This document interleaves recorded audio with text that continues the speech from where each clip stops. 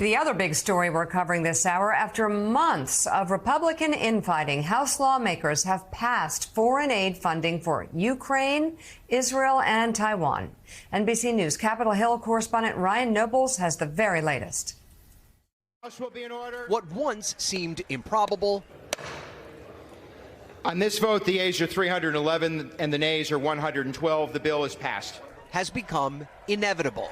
Senators are poised to approve a $95 billion national security package that provides funding for key U.S. allies. It has $26.4 billion in funding for Israel, which includes humanitarian aid for Gaza, $8.1 billion for Asian allies like Taiwan. It also authorizes the seizing of $5 billion in Russian assets, tougher sanctions on the country, and the ban of the popular app TikTok if the Chinese-based company that owns it does not sell it within a year. But the biggest part of the package, more than $60 billion in funding for Ukraine, was the most controversial and carried with it the most immediate consequences. But because Ukraine's President Volodymyr Zelensky telling Kristen Welker without this funding, his country would likely lose the war. And we will have a chance for victory if Ukraine really gets the weapons system, which we need so much. It is a plea Zelensky's been making for months while the legislation was stalled. And it did not matter much to conservative Republicans who argued American border security should come before aid to Ukraine. Mike Johnson has betrayed America. He's betrayed Republican voters. Conservatives have warned House Speaker Mike Johnson that even bringing a Ukraine aid bill to the floor could result in an effort to boot him from his speakership. But Johnson, who once voted against funding for Ukraine, was presented with overwhelming evidence in classified briefings that led to a change of heart. He showed true leadership. If we didn't do this, the consequences would have been severe. One that could cost him his job, a threat he has come to terms with. You do the right thing and you let the chips fall where they may.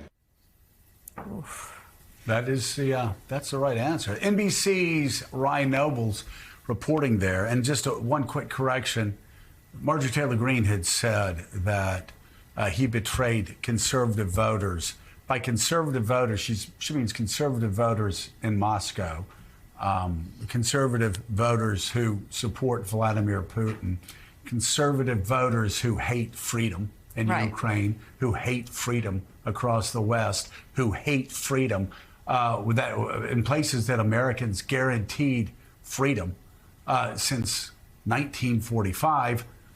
We don't like fascism. We Americans don't like fascism. We don't like communism. And we don't like former communists who believe, and I guess Marjorie Taylor Greene must believe it too, that one of the great tragedies of the 20th century was the collapse of the Soviet Union, because Vladimir Putin's trying to rebuild the Soviet Union. And there are a lot of Republican backbenchers that are on his side in that battle. So joining us now, NBC senior national political reporter Sahil Kapoor. Sahil, how will this play out from here, especially as pertains to Mike Johnson retaining his leadership role as Speaker and potential Democrats that may come to his rescue if necessary? Yeah, a number of important and open questions there, Mika. First, I just want to note that this vote only happened because Democrats, as the minority party, provided crucial votes in the Rules Committee to move it forward and provided more votes than the majority party on the floor of the House to trigger this package. That is unheard of in modern times and sure sounds to me like we have a coalition government now in the House. In terms of what's in this bill, the $60 billion for Ukraine, as you see on the screen, is the biggest piece of it. That was the reason this got held up for all the time. There was $26 billion in aid for Israel, with a part of that going to humanitarian relief for Gaza, $8 billion for security in Taiwan and the Indo-Pacific, and a TikTok provision that would require the company to divest from its Chinese owners or be banned. Notably, this gives the company 9 months, extendable to up to a year by the president, to divest from the Beijing-based ByteDance or face a ban. That's important politically because it means it won't happen until 2025 at the very earliest, which means it'll remain a force in the 2024 election, and there won't be the kind of political fallout that might have happened if this got banned on the eve of the election. Now, this bill goes to the Senate from here, where they will start voting tomorrow afternoon when they return from Passover. They're hoping to wrap this up in the next day or two. The Senate passed a similar $95 billion package just a few months ago with 70 votes, so the support clearly seems to be there. Now, there's the other question, Mika, that you pointed out. What happens to Speaker Johnson? Marjorie Taylor Greene, the Georgia congresswoman, had threatened his job weeks ago, and she's repeatedly described Ukraine aid as a red line for her. But notably, on Saturday, I spoke to her on the steps of the Capitol and asked her specifically, why hasn't she filed that motion to vacate? Why hasn't she triggered that vote? And what is she waiting for? She was a little bit evasive in her response. Let's play what she said. Based on what you just said, are you waiting to see if there will be more support in your conference before calling a motion to vacate? There is more support. It's growing. I've said from the beginning I'm going to be responsible with this. I support my majority. I support the majority next time. I do not support Mike Johnson. He's already a lame duck. If we have the vote today in our conference, he would not be Speaker today. Now, she called him a lame duck multiple times. She did suggest repeatedly that if she called the vote that he would lose without specifically showing her work. Her Republican colleagues, a number of them at least, think she's bluffing, in part because Democrats, in this case specifically because Mike Johnson put Ukraine aid to the floor for a vote and let it pass, would come to her rescue. A few Democrats at least have said they would do that. But of course, that would not be the end of the situation for Mike Johnson if he did do that.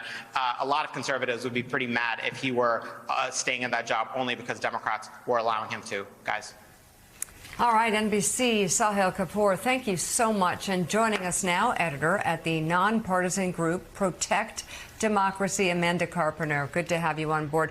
So, Amanda, where does this go for Republicans, as in Trump Republicans, who are trying very hard to hold on to their place with Donald Trump, and people like Mike Johnson, who seems to have broken away? I mean, he was just at Mar-a-Lago a few weeks ago, and yet he found his own voice. Could we see more of this?